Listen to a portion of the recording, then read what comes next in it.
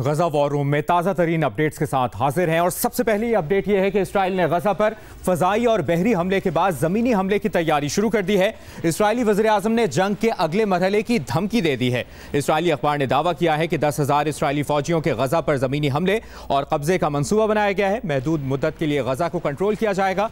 दूसरी जानिब इसराइली फजाइया ने गजा के अरब नेशनल हॉस्पिटल पर हमला किया। हमले में कई डॉक्टर्स के शहीद होने की इतलात हैं। इसराइली हमलों में शहीद होने वाले फलस्तीनियों की तादाद 2300 से ज्यादा हो गई है।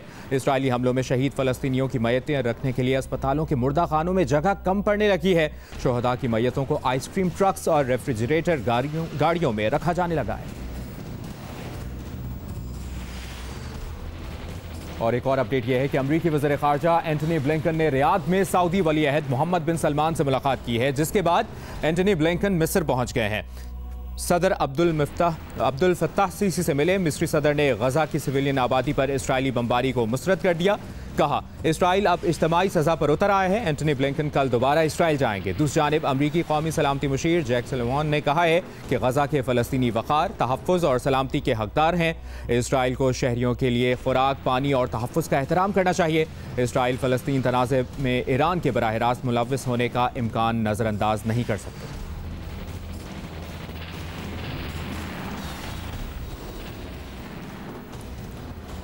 और अभी आपको ये भी बताएं कि ईरान ने खबरदार किया है कि इसराइल ने गजा पर ज़मीनी हमला किया तो कोई सूरत हाल काबू करने की जमानत नहीं दे सकेगा। इसराइल का गजा पर ज़मीनी हमला तनाज़े को मशरिक़ वस्ता में फैलाया जा सकता है। दोहा में ईरानी वज़ीर ख़ारजा हुसैन अमीर अब्दुल्लाहियान ने कतर के अमीर तमीम बिन हमद सानी से मुलाकात की। कहा जंग और तनाज़े का फैलाव रोकने में दिलचस्पी रखने वाले इसराइल का जुल्म रुकवाएं। ईरानी वज़ीर ख़ारजा ने हमास के सियासी सरबरा इस्माइल हनिया से भी मुलाकात की और कहा कि ईरान फ़लस्तीनी कौम की हिमायत में अपने उसूलों और इक़दार से कभी दस्तबरदार नहीं होगा।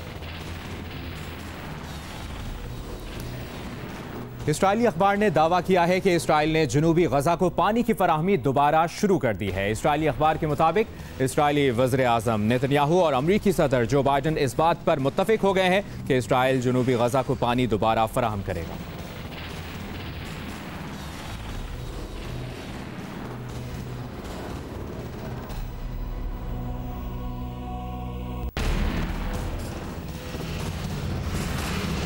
और गजा वॉर रूम से ताज़ा तरीन मालूमात ये मौसूल हो रही हैं कि अमरीकी सदर जो बाइडन का फ़लस्तीनी सदर महमूद अब्बास से राबता हुआ है और इस राबते से मुतालिक आपको मुसलसल अपडेटेड रखेंगे आने वाले बुलेटिन्स में। अभी ताज़ा अपडेट ये है कि अमरीकी सदर जो बाइडन की मुलाकात हुई फ़लस्तीनी सदर महमूद अब्बास से।